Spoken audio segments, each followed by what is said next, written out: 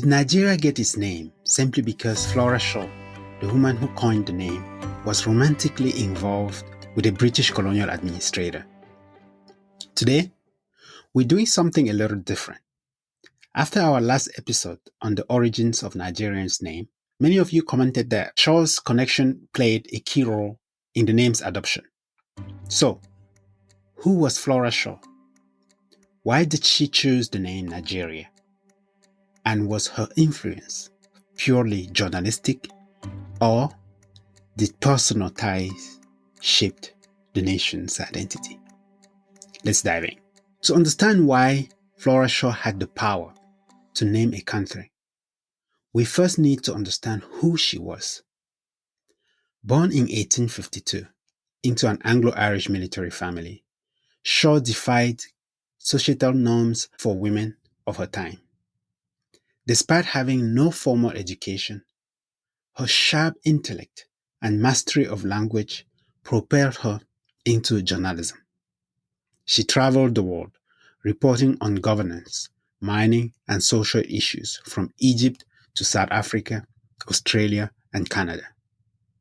By 1893, she became the colonial editor of the Times, making her one of the most influential female journalists of the era, a rare achievement for a woman in the 19th century. But her career wasn't without controversy.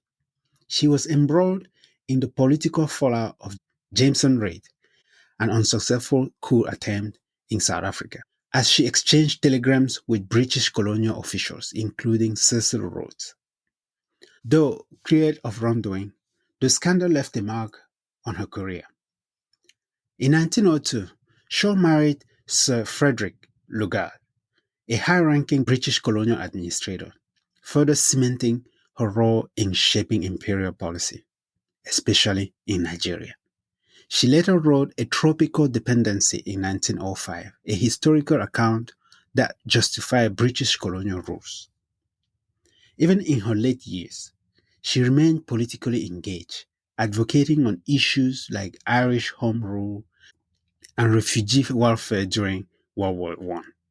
She passed away in 1929, leaving behind a complex legacy, one of journalistic excellence, imperial advocacy, and deep political influence. But Shaw wasn't just reporting the news. She was actively shaping British colonial policy. She strongly believed in centralized British control over African territories, including what would later become Nigeria. So, when she proposed the name Nigeria, it wasn't just a casual suggestion. It was part of a broader vision for how Britain should govern its colonies. Now, here's where things get even more interesting. Shaw reportedly had previous romantic ties to Colonel Charles Brackenbury and Sir George Goldie, both influential British military and colonial figures. Then, in 1900, just 3 years after coining the name Nigeria, she left her position at the Times. 2 years later, she married Sir Frederick Lugard, the British colonial High Commissioner of Northern Nigeria, who would later become Nigeria's first Governor General. This had led many to speculate, did Shaw's personal connection to Lugard help secure Nigeria as the official name? It's possible. Lugard played a key role in merging the northern and southern protectorates of Nigeria in 1914. By then, the name Nigeria was firmly established in British colonial administration. While there is no direct evidence proving that her relationship with Lugard ensured the name's adoption, there is no doubt that both shared the same imperialist vision, one that prioritized British control over local identities and governance structures. The story of Shaw and the naming of Nigeria is a reminder of how history is often shaped by those in power. A single article in the British newspaper changed the identity of a nation forever. What do you think? Should Nigeria have kept its colonial name? Or should it have been renamed after independence in 1960? Let's continue this conversation.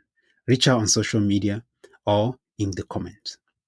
You can also email me at info@countrynamegame.com. For those who want to dive deeper into Flora's short story, I've included a link in the description to the University of Oxford's archives, where you can read some of her correspondences. And if you enjoyed this episode, don't forget to subscribe and share. Also, if you love learning about the origin of country names, check out the Country Name Game.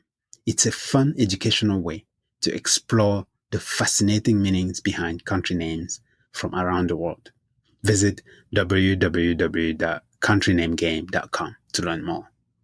Until next time, keep exploring the hidden histories behind names and nations. Thanks for listening.